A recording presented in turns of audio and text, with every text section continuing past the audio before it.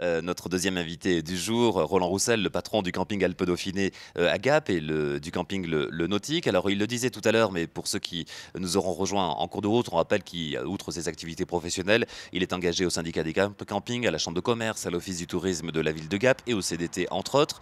De quoi rendre intéressant ces quelques questions sur sa vision un petit peu de l'économie touristique du département. Et d'abord, pour ouvrir cette saison, alors on en parlait avec le président du CDT tout à l'heure, finalement tout le monde est loti un peu à la même enseigne. Mai, juin pourri, juillet coussi coussa et août réussi, c'est ça? Oui, Jean-Marc, comme chaque année, j'allais dire, le mois d'août se fait toujours. Le début de saison a été compliqué peut-être avec des phénomènes économiques qu'on ne peut pas toujours appréhender, et avec une météo qui a été finalement assez mauvaise chez nous. En plus, on a eu la chance ou la malchance pour les autres, mais la météo était très belle ailleurs, donc on a joué hors jeu à ce niveau-là en début de saison.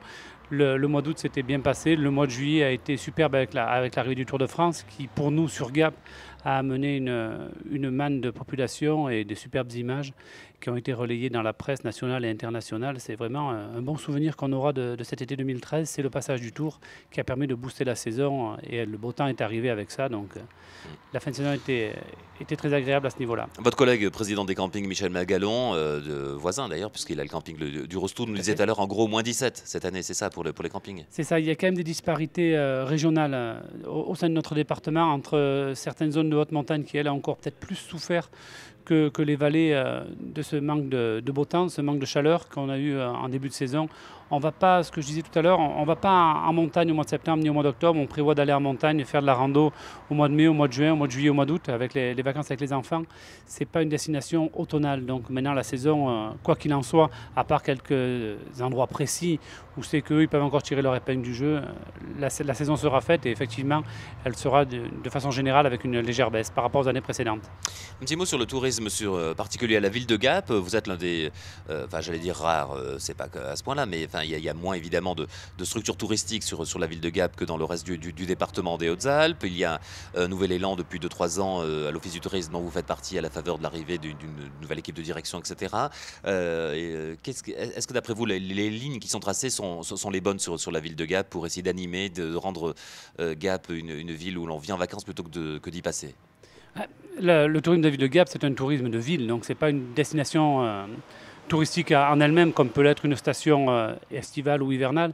C'est vraiment un tourisme de ville, donc l'effort qui est fait par l'Office de tourisme, que je salue aujourd'hui, avec le nouvel élan, comme vous disiez, qui est lancé avec le nouveau directeur, qui est maintenant plus nouveau, puis ça fait 4 ans que Pierre est en place, que je salue au passage.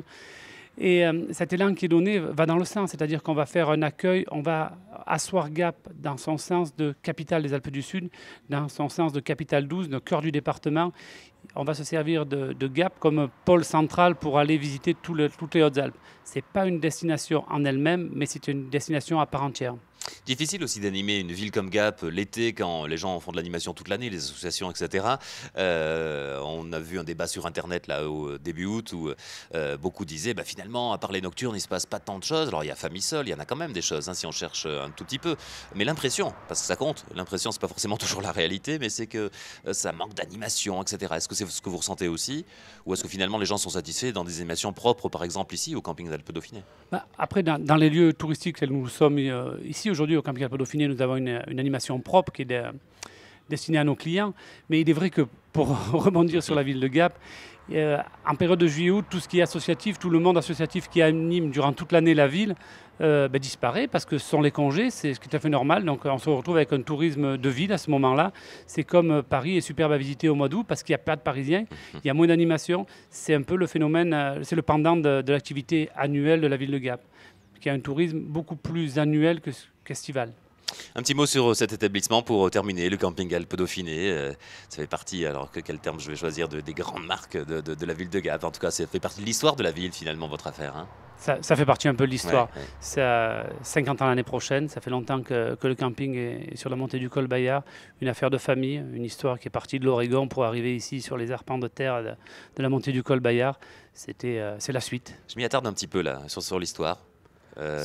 Sur l'histoire, ces quelques arpents de terre ont été achetés par mon grand-père dès qu'il est revenu après la guerre de 14, dès qu'il est rentrant de l'Oregon. Ah, donc oui. il a fait partie de la migration chamsorine comme beaucoup. Il est revenu à contre-cœur pour faire la guerre, la première, hein. On parle bien de la Première Guerre mondiale, donc 14-18. Puis en 19, un enfant était né, c'était ma tante. Donc on repart pas en Amérique et on achète des arpents de terre pour faire paysan. La surface est trop petite. On se tourne vers le tourisme un peu tôt. Mais bon, voilà. C'est toute une histoire. C'est une affaire familiale qui se perpétue. Enfin, pour moi, j'y suis fort attaché. C'est quelque chose. Ouais. On commémore. On a toujours plein de petites commémorations, plein d'habitudes. On commémore la libération de Gap le 20 août. On fait plein de choses un peu anachroniques par rapport à notre activité touristique. Merci Roland Roussel de cette discussion un peu improvisée. Je le dis pour nos auditeurs, vous étiez très à l'aise, mais vous ne saviez pas qu'on allait faire un petit portrait sur votre établissement et sur vous-même. Vraiment, merci de nous avoir accueillis.